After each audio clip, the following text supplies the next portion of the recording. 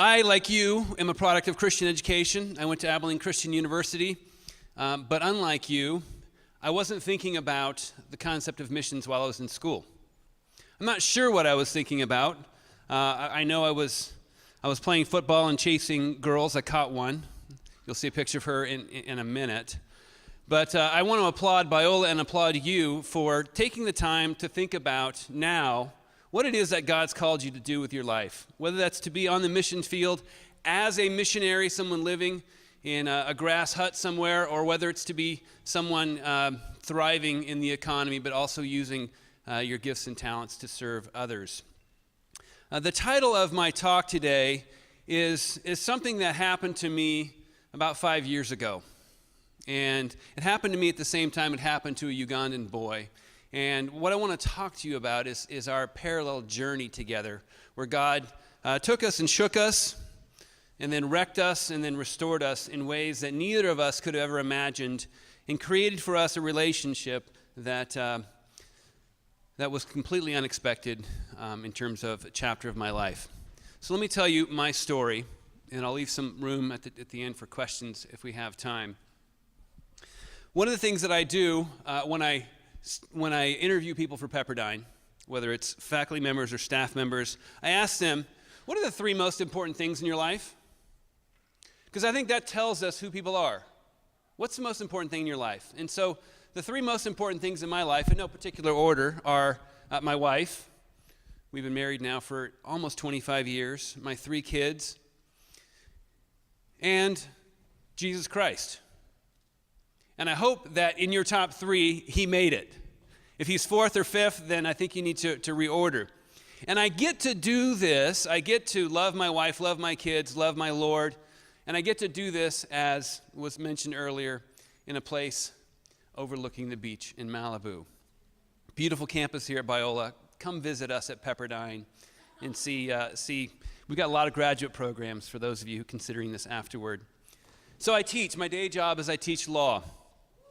I'm also the specialist advisor, as Tyler mentioned, to the High Court of Uganda, which is a quite unexpected thing that happened later in life to someone who wasn't at all interested or looking for a new adventure in my life. So I asked myself when I was invited to come speak at this missions conference, who am I to be speaking here? I'm not a missionary. I hadn't been on anything that could remotely be characterized as a mission trip until I was 42. I know you can't even believe I'm 42 now. That was 5 years ago. But as you look at the gospel and what Jesus calls us to do, there's not just those who give their lives to live in a foreign country to talk to people about Jesus that are called to serve him in ways that help the poor or those that are in need. And so Matthew 25, this is a familiar verse to you. For I was hungry, and you gave me something to eat. I was thirsty, and you gave me something to drink. I was a stranger, and you invited me in. I needed clothes, and you clothed me. I was sick, and you looked after me. I was in prison, and you came to visit me. This is a verse that I had read, like you, many times in my life, but had never put into practice in any sort of tangible way. I was a good person. I went to church every week. I supported missionaries. I prayed for missionaries. I encouraged missionaries. But this wasn't something that was actually part of my life. 2007, everything changed. 2007, 2 students walked into my office. At the time I was serving as Dean of Students of the law school. And they said, we have been invited to a judicial conference in Uganda. And we want to go and see if there's anything that we can do to assist the Ugandan judiciary in developing the rule of law in that developing country. In my role as Dean of Students, I thought, fantastic. I would love for our students to be involved. I want to encourage missionaries. I want to encourage people reaching beyond themselves. I want to support that. And so we sent them. They went to this judicial conference. It lasted for a week. And they came back with wide eyes and wild ideas of how we could partner with the judiciary of Uganda. So we did. We sent 4 students the first summer for 8 weeks to work with the judiciary. We sent 10 students the second summer of 2008. And in the summer of 2008, I was standing on the southern tip of Europe, looking out, which is over my shoulder, the northern coast of Africa. Knowing that's where my students were at that moment. I had 10 students in Uganda working for the judiciary. And my oldest daughter said, "Daddy, are we going to Africa?" And my response was, "No, sweetie. We're going to continue driving around Spain for the next week, and then we're going to fly to London and live there for 5 months as part of Pepperdine's London program, study abroad program for law." She said, No, Daddy, I know where we're going for the semester. I mean, are we ever going to Africa? And my response to her was, "No, sweetie, I have no plans to go to Africa ever. Doesn't have anything there that I think I'm equipped to do or want to do." Now, if it's true that when men make plans, God laughs, I think he pulled a muscle in his rib cage that afternoon. If you fast forward to 1 week later, looking over my shoulder at the continent of Africa, if you could focus a telescope about 3,000 miles south, there was an event that was taking place that actually was shaking a Ugandan family that ultimately shook me. And so last summer, as part of our global justice work, a film crew from Nashville came and created a documentary about our work in Uganda. And I'm going to play you, over the course of this next 50 minutes, 4 clips from that documentary to give you a sense of how things started. So in 2008, June of 2008, here's what happened.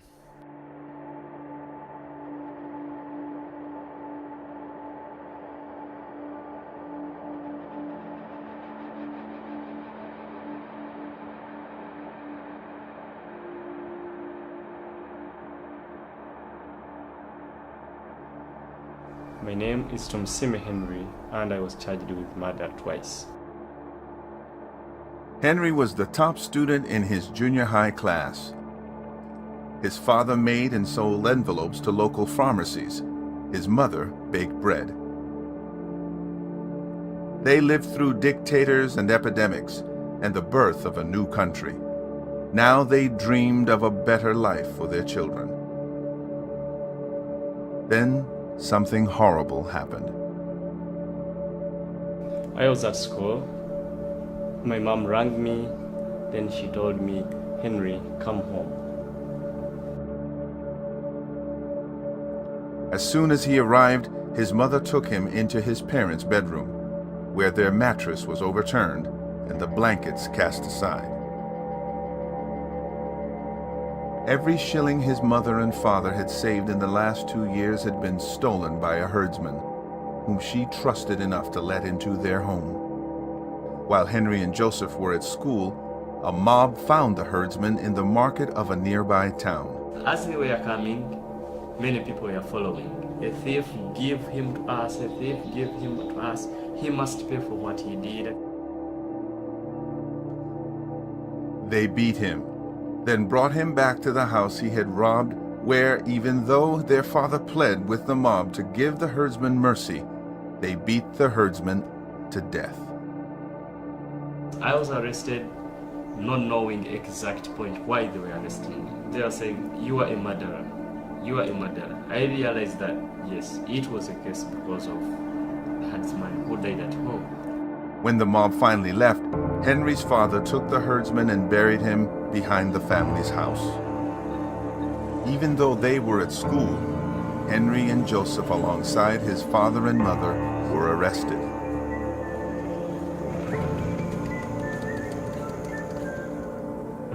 Henry and Joseph were sent to a juvenile prison called IHungu remand to await their trial. So we're in London, and Henry's in prison. It's a juvenile remand home where they send you to wait while your case is pending for trial. If you fast forward to the next summer of 2009, 1 year later, we send another 10 students to Uganda. I still know nothing about Henry. But we also send our dean, the dean of the law school, Ken Starr, to sign a memorandum of understanding, really a contract between Pepperdine University and the government of Uganda, where we're going to continue to supply them with legal interns. They're going to come to the United States for training, and we're going to try to work together with them on helping them refine their system. And I, of course, was still back in Malibu, looking over the ocean, wondering what I can do other than go to Uganda to support them. Well, in September of 2009, Baroness Carolyn Cox, who is a member of the British House of Lords, comes to Pepperdine to speak to our students. And her talk is about why we should go to places in distress around the world, war-torn, impoverished, oppressed places, and what Christians should do to assist. Well, when she was done, she opened it up for questions, and somebody raised his hand and said, I got a question for you. Is it better for me to go to this place in need, or is it better for me to take the money I would spend getting there and send it to the place in need for them to use to meet their needs? I thought, that's a great question and an even better excuse not to go. And her response was unequivocal. She said, please go. And here's why. When you go, the people you will see will know that there is someone on the other side of the world who knows they exist and care enough to come visit them in their distress. And when you go and visit, you will not be able to turn away. And when you return home, you're going to have a massive ripple effect on those around you because you will be compelled to respond. Well, something inside of me stirred a little bit, but I had been quite good at suppressing those stirrings for 42 years, and so I was able to suppress it again. I thought that's a great message for our students. They should go. But I've got a wife, I got kids, I got a job, I got more excuses than I need. Well, the next month, the National Christian Legal Society Conference was in San Diego. And the keynote speaker was a guy named Bob Goff. Some of you may have heard of Bob Goff. That's what he looks like when he's calm. Bob was the keynote speaker, and he was talking about love. He said, love isn't just about encouraging. Love isn't just about supporting. Love isn't just about praying for someone. If you truly love, then you do, because love does. Over the course of that year, one of my former students who was directing our global justice program at the time would jump into my office periodically, unannounced, and just say, Uganda 2010, and then he would leave. He would do this, every couple weeks, trying to, come on, dog, you're going to go with me someday. And when Bob was done, I leaned across the table at this conference and said to Jay, I said, okay, we're going to Uganda. Not exactly sure what we were going to do. Bob described a prison. He said, there's a juvenile prison in this little bush town called Masindi that I just visited. And there's a bunch of kids in prison there who are waiting for someone to help them. So we thought, okay, maybe that'll be our project. So we met with Bob and talked about it, prayed about it, formed a team, and decided we were going to go in January of 2010 to see what we could do. It was going to be, for me, a mission trip. It was going to be, and I am ashamed to admit this is going to be my box-checking trip. This is the time that I could say to my kids and to those around me, yeah, I've been on a mission trip. I've done something for God. So we were going to go in January of 10. Well, in December of 9, 1 month before we went, another boy arrived at IHungu, the remand home that Henry was at. Henry had been there for 18 months. He was arrested in June of 2008, and in December of 2009, he was still there. No trial, no lawyer, no evidence against him. But he had become the Katikiro. Katikiro is Swahili for prime minister. In this prison of juveniles, 21 kids, they'd formed their own government because the only one that actually watched over them was a woman, a matron, Rose. And Rose hired them out to local farmers as a slave chain gang to do work. So in 2009, a boy named Innocent arrives. Another prisoner brought there. Henry's in charge. They talked to Innocent, found out Innocent has a bad case of asthma. He's very sick. He's been beaten by the police after he was arrested for the 5th time for stealing. So he's very weak. But Rose still makes Innocent work. And Innocent falls behind, and she orders him beaten. And as Katikiro, that's Henry's job. But he said, no, he's sick. I'm not going to beat him. When I say beat him, that's give him strokes on the buttocks. The next day, he falls behind again. She orders him beaten again. Henry says, no, he's sick. She says, tell you what, if you don't beat him, I will have all of the other prisoners beat you. So Henry had to decide what am I going to do? So he had Innocent roll over, lay on his stomach, and he gave him 5 very light strokes. Well, Rose exploded. She started beating Innocent with her umbrella and then ordered him buried alive. Now, what that meant was buried up to his neck for 15 minutes. So 2 other boys buried him up to his neck for 15 minutes. He was having a hard time breathing, hard time standing, but he made it through the day. The next day, when they went out to work again, Innocent took off running, trying to escape. Henry and another boy brought him back. Rose ordered 40 strokes given by the 4 most recent arrivals to teach them that you don't try to escape. Since he'd been running, since he was asthmatic, he couldn't stand afterward. A couple hours later, he died in the prison. The police came, arrested Rose, the matron, but then also charged Henry with murder as well because he was a katikiro. The katikiro was in charge. So the 2 of them were charged with murder. Play the next clip. This is him reflecting on that moment in December of 2009. I felt really out of myself. I felt as if I was dead. I felt my heart was going off. I lost hope. Really, by then, I felt like God has given up with me. If really I have been praying for God to help me in the first case, but instead another case has piled up. Now, is really God hearing my prayers? I think no. So as of December 2009, he's been charged with a murder that he didn't commit. He was in school, undisputed evidence that he was in school. Now he's been charged with a second murder, and his faith is waning. Well, in January of 2010, we arrived. Again, not knowing any of this. We show up, and this is what we see. Well, I got ahead of myself. On the flight, on the way there, this guy, this lawyer from San Diego, David Barrett, one of our alums as well, by the way, who knew you can't fly directly from LAX to Uganda?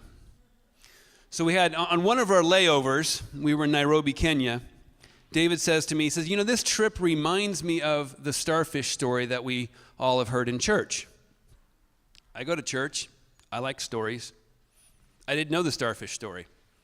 So I confessed, what are you talking about? And he said, let me tell you the story. He says, there's a man walking down the beach. And he sees a figure off in the distance, bending down and standing back up, and bending down and standing back up. And as he approaches the figure, he realizes it's a young boy. The young boy is bending over and picking up starfish and throwing them back into the sea. The man says, what are you doing? He says, the sun is up, the tide is out, the starfish are on the shore baking in the sun. They're going to die unless I throw them back into the ocean. The man says, look at the beach. There are starfish as far as the eye can see. How can you possibly make a difference? The boy bends over, picks one up, throws it in, and says, I made a difference for that one, didn't I? It's like, I like that story. So that's what we thought, here's what we're going to do. We're going to go to Uganda and maybe throw a starfish or two. So we're standing outside the IHungu remand home when we arrive, and this is what we see. We see this one-room warehouse with no electricity, with no running water, with bars on the door, with kids in tattered clothing. And I remember wondering, what in the world have I gotten into? I was shaken in San Diego when Bob Goff challenged me whether I believed that love does. But as I walked in that remand home and saw what was going on there, I was a wreck. Let me just play a clip from what we saw when we walked in. We were led into the warehouse type building where the kids stayed. I remember thinking, this isn't okay with me. I also remember thinking, somebody's got to do something about that. But I knew it wasn't going to be me. My soul will never still be satisfied. It's not enough. It's not enough. So we walk into the warehouse and we see 21 kids. 3 girls, 18 boys. All of whom have been charged with offenses. Some who have been living there for 2 years. Some of them, their parents didn't even know where they were. The police came, arrested them wherever they were, and brought them to this warehouse to wait. So over the course of the week,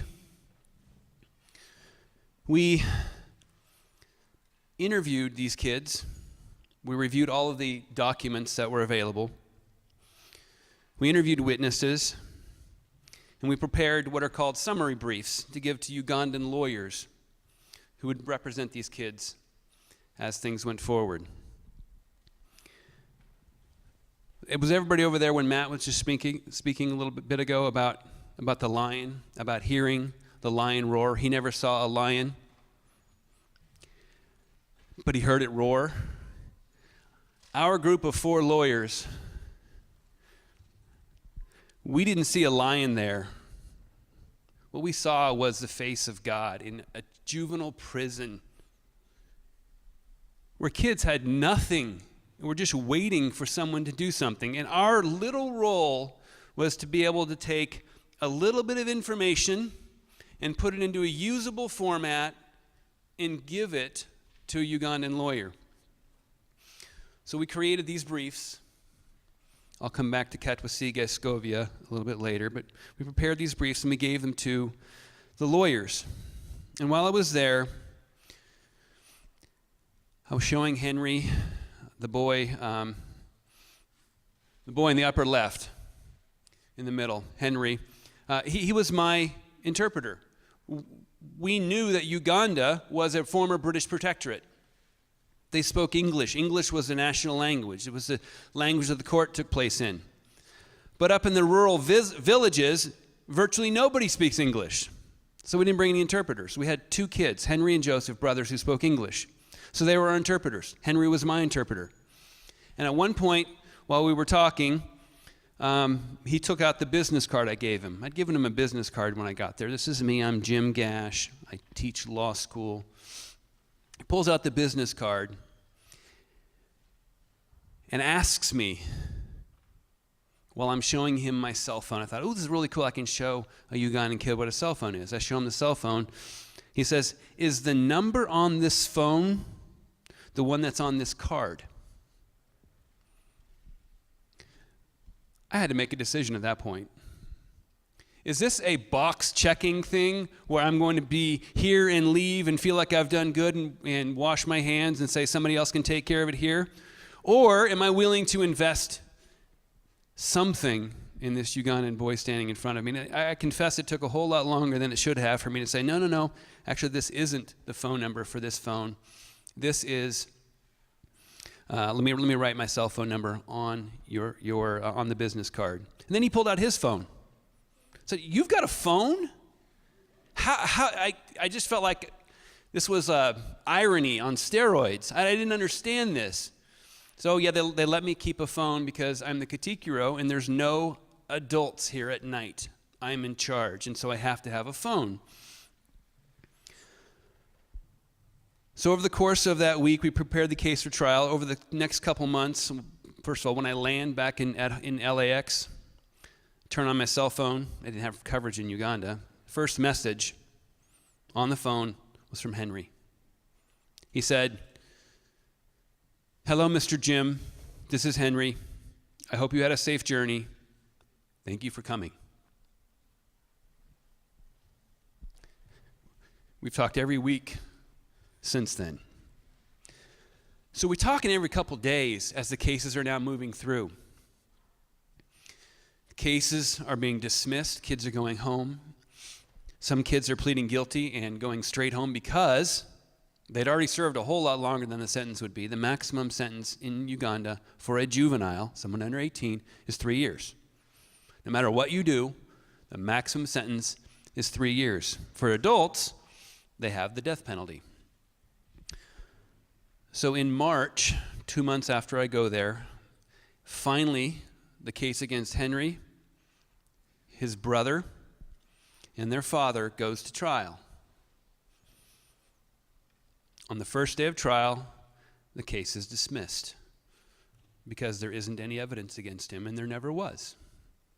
And he got a congratulations, you're innocent.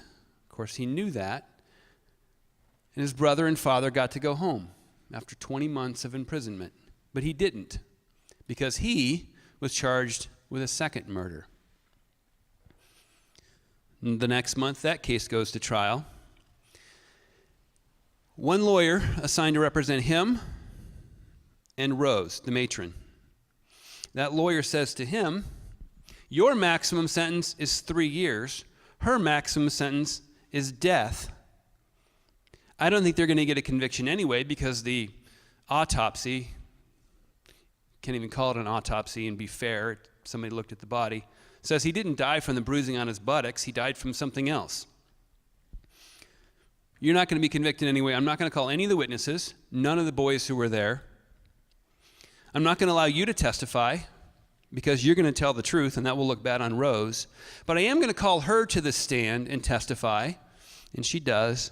And she said, it was all the boy. It was all Henry. I debated many times, should I get on a plane and go back out there? Well, ultimately, both are convicted of murder. Henry and Rose are convicted of murder. And so I do get on a plane, head back into Uganda, realizing, okay, somebody's got to do something about this, but I know isn't going to be me. That got revisited. So I spent a week with him preparing what's called a pre-sentence report, gathering the evidence that wasn't presented at trial, ensuring that his lawyer has all of this, new lawyer, has all of this information.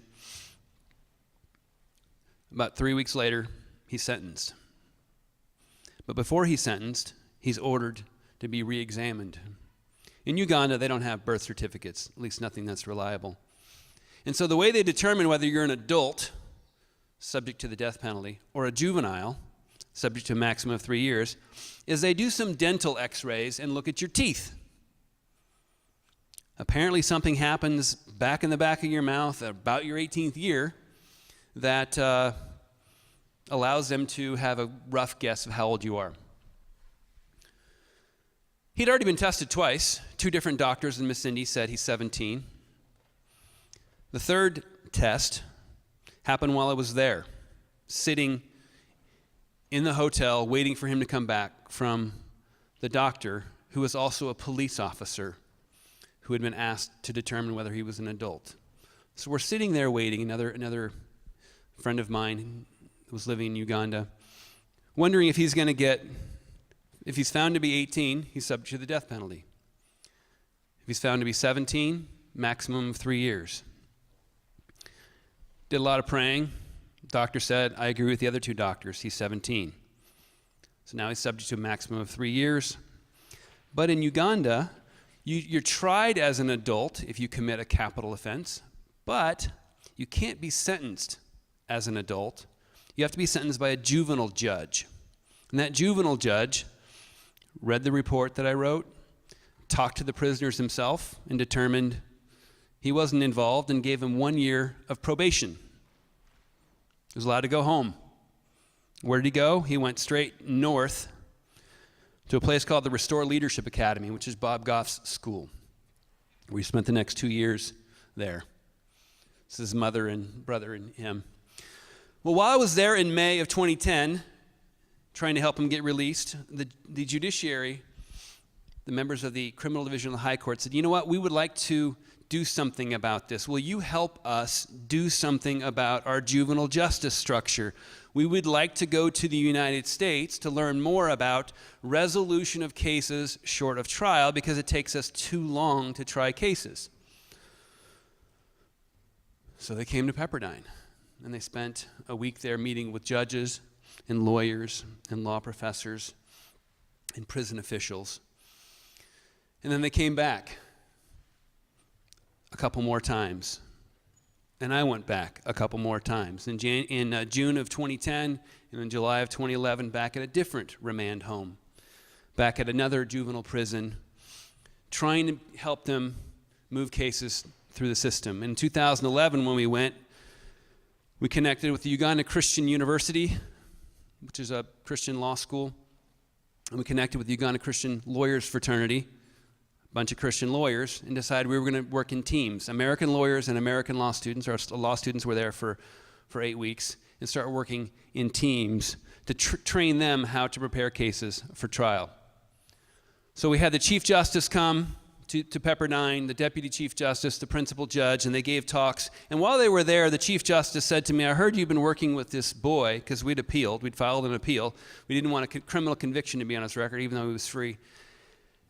I said, yeah, I've been trying to help him. I've got him a lawyer. And he says, well, why don't you argue the case? I said, well, I'm not a Ugandan lawyer. I'm not allowed to argue the case under Ugandan law.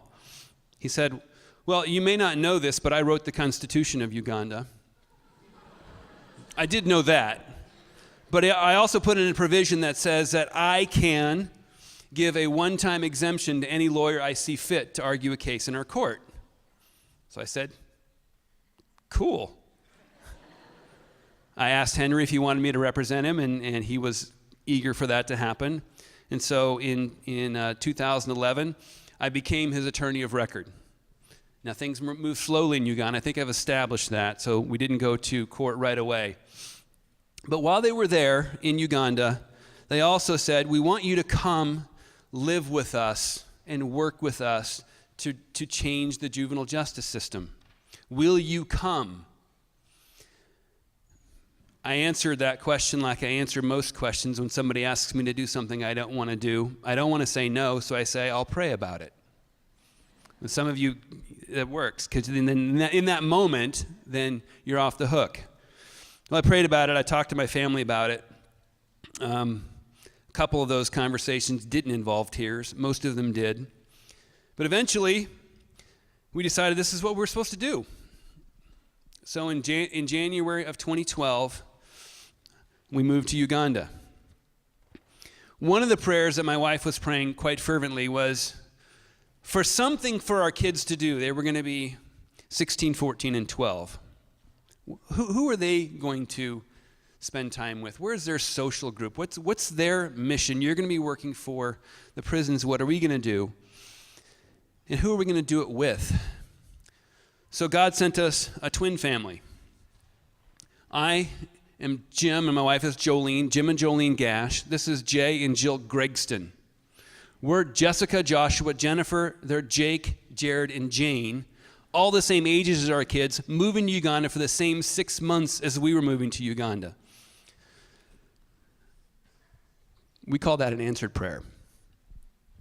Well, the first day that I had arranged for my kids to be able to go to the remand home, one of the prisons that I'd been at, and they were going to help them learn English and learn to do various other things. But The organization we were working with got banned from the remand home the first day we were there because they didn't have all the paperwork. So now my wife and kids are like, what are we going to do? And the Gregston said, why don't you come work with us? We're doing mobile medical clinics around Uganda. So my wife and kids said, fantastic, we'll do that. My oldest daughter, Jessica, 16 at the time, 7 years earlier, had lamented the fact that her chosen profession, she wanted to be a pediatric intensive care nurse because her younger brother, Joshua, had some surgery 7 years earlier that went sideways and ended up in intensive care, and she watched those nurses take care of him. She said, that's what I want to do, but I can't ever do that because I'm so deathly afraid of needles. And she's not exaggerating. It was weeping and gnashing of teeth and hyperventilating every time we even showed up at the doctor's office for her to get a shot or to get blood drawn. So imagine my surprise. The first day of the clinic, she comes home, says, guess what I did today, Daddy? I had no idea. She said, I learned how to draw blood and test for HIV and malaria. I don't know if I was more surprised that my wife let her draw blood testing for HIV. Some of them were positive. Or I was more surprised that she did it. She said, I just said a prayer. Took a step of faith. She's now a sophomore at Pepperdine, studying pre-med, planning to move back to Uganda to do medical work. Just little steps of faith. And of course, my younger two kids were the drug dealers. They passed out the deworming pills at the pharmacy. They were a little bit too young to give them needles. And when the week after we got there, 2 weeks after we got there, we went back to Hoima, which is Henry's hometown, where all of it happened, and met his family. And they took us in. They fed us probably a week's worth of their wages. And then we had an opportunity to do something that I'd been so excited about for about 3 months, since one of my law students, one of my former students, came to me and she said, I've got a surprise for you. I want to give you something for Christmas. She says, I have been following what you've been doing on the blog that we write, and I talked to some of my friends, some of your former students, and we have gathered together enough money to buy the herd back that Henry's family lost when the father was in prison. And so we had the opportunity to purchase and surprise them with a herd of 9 cattle to restore them to them what had been lost. And you see that the big cow in the middle with me? That was the bull. Named him Big Jim. Oops. I know I might be compensating a little bit, but I just thought I want the bull to be named after me. Somehow it keeps jumping forward. I apologize for that. Over the course of the rest of the 6 months, I worked with the judiciary and one of my former students who was living there for a year. We have a year-long program for alums as well. We created this program we call it J-Faster. It's an acronym. Who cares what it means? It's just faster. Do things faster. Judiciary facilitating access to speedy trial and efficient resolution. And that was implemented over the course of our time during those 6 months. And Henry graduated from Restore International, Senior 4, which is halfway through high school, and then transferred to the top secondary school in the country for science while we were there, and had an opportunity to come back. Let me just tell you, while I was there as well, there's a lot of inter-country adoption going on, and I had an opportunity to get involved in that. I don't have time to go into that further, but to be part of young children getting a family for the first time in their lives was quite a blessing as well. But we went back in 2012. Just before I left, Henry had a chance with Joseph to go back to the place he had lived for so long. And what he wanted to do was to help them understand that there was life after prison, and that there's hope there. And so he was the interpreter. He and Joseph acted as interpreters. And we had, again, a group of our students who were with us preparing these cases for trial. 2013, we decided we were going to try and expand this J-Faster program into the adult realm. Adults can wait 5 to 7 years post-arrest to go to trial. If you're arrested and have to wait 5 years before you have a lawyer, before you have a trial, before you have any evidence against you, that's a hope-crushing stay. And then in 2014, we went back. Later in 2013, I went back and got to argue the case on behalf of Henry. It was actually 2 years ago tomorrow is when I argued the case. We're still waiting on the ruling. As I said, things move slowly in Uganda. Not really going in with this past summer 2014, this is when the documentary film crew came, and they filmed. I'm going to show you about 3 minutes of what our students do. So if anybody's interested in going to law school, there isn't another school where you can go to law school and go right in the middle of preparing cases for trial. So this is a clip from what our students did this past summer. Not really going in with the sense of trying to change the world or change Uganda, but if I can make an impact on, even a few people's lives and just help where I can, I'd be really happy with that.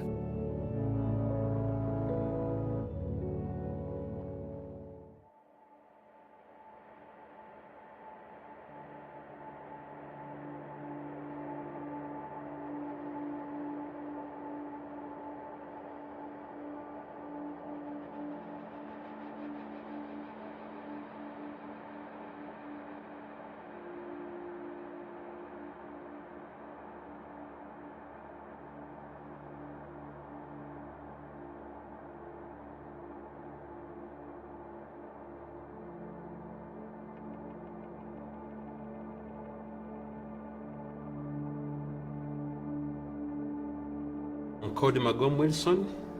I'm at the rank of Assistant Commissioner of Prisons, and I'm currently the officer in charge of Upper Prison. Upper Prison is the maximum security prison we have in the country.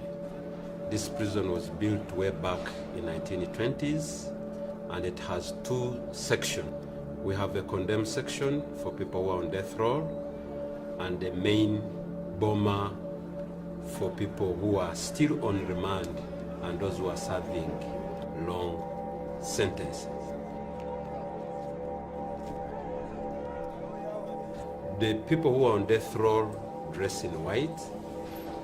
These ones who are on remand and serving longer sentences put on yellow. Now, those ones who are lifers, who are serving over 30 years, are the ones who are putting on American orange. The categories of prisoners who are here are those who have committed very serious offenses, what we call capital offenses. And these offenses, among others, include acts of rape, acts of murder, acts of aggravated robberies, aggravated defilement, treason, terrorism, and other cases that follow that category. We have no idea what any of these prisoners have done, and so we're just interviewing them blind, pretty much. We don't have their indictments or any of the trial records or anything. Hopefully we'll get that tonight. But yeah, right now we're just walking in cold. Seems like they at least have informed the prisoners that someone would be coming to talk with them. And we just got broken up into our teams, waiting to still find out who our Ugandan advocate will be. Yeah, just between us, it's basically 2 gates right now, and the prison itself where all the prisoners are. So there's really going to be no separation. It's just jumping in there and trying to see if we can help these prisoners.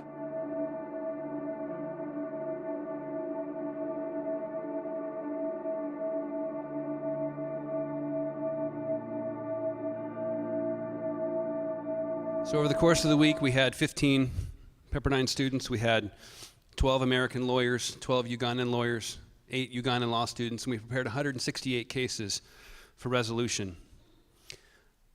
Since we left, they have taken on this themselves, and they've done over 1,000. And they're going to do another 1,000 over the next 6 months. So they are adopting these reforms and making progress on their own.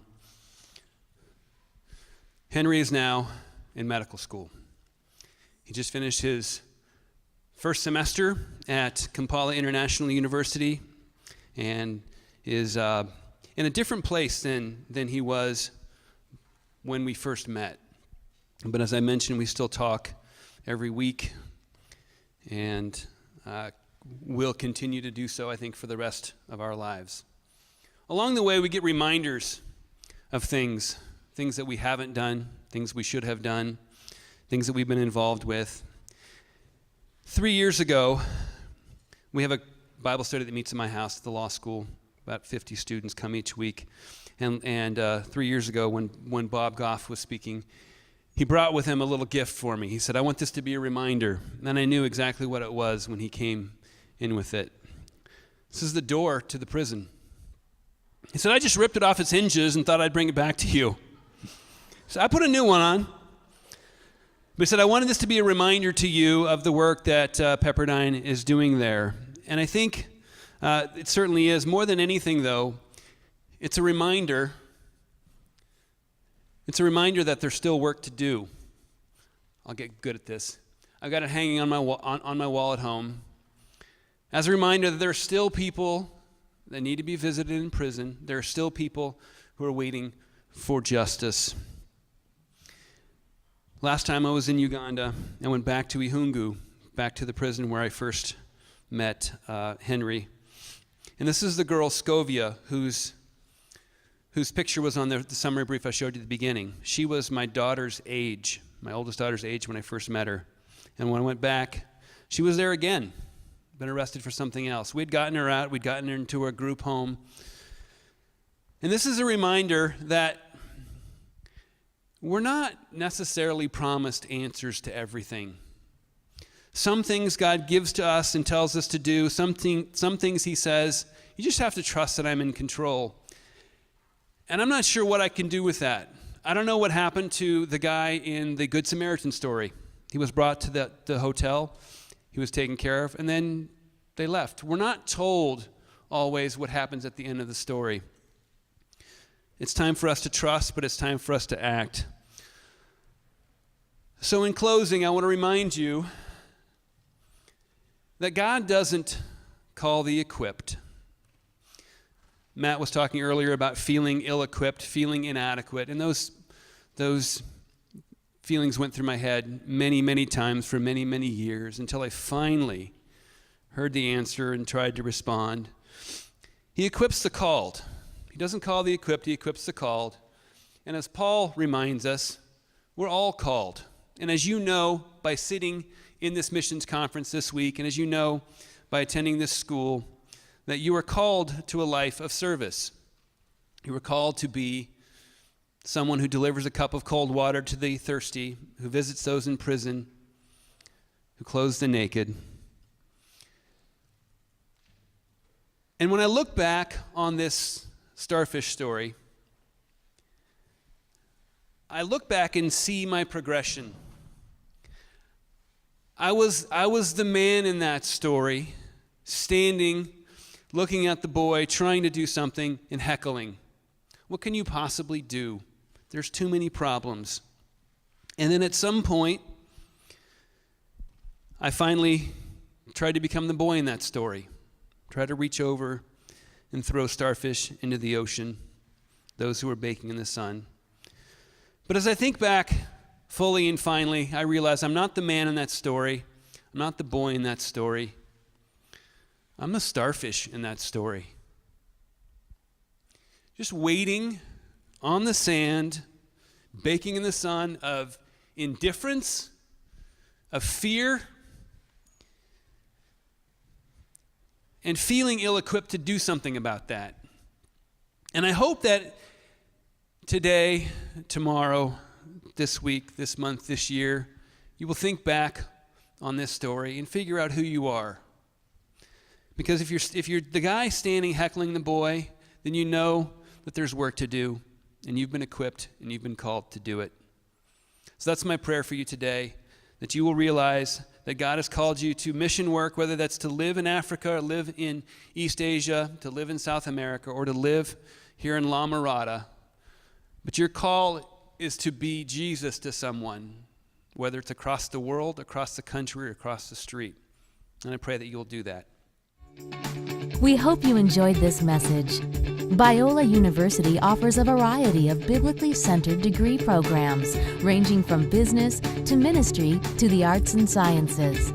Learn more at biola.edu.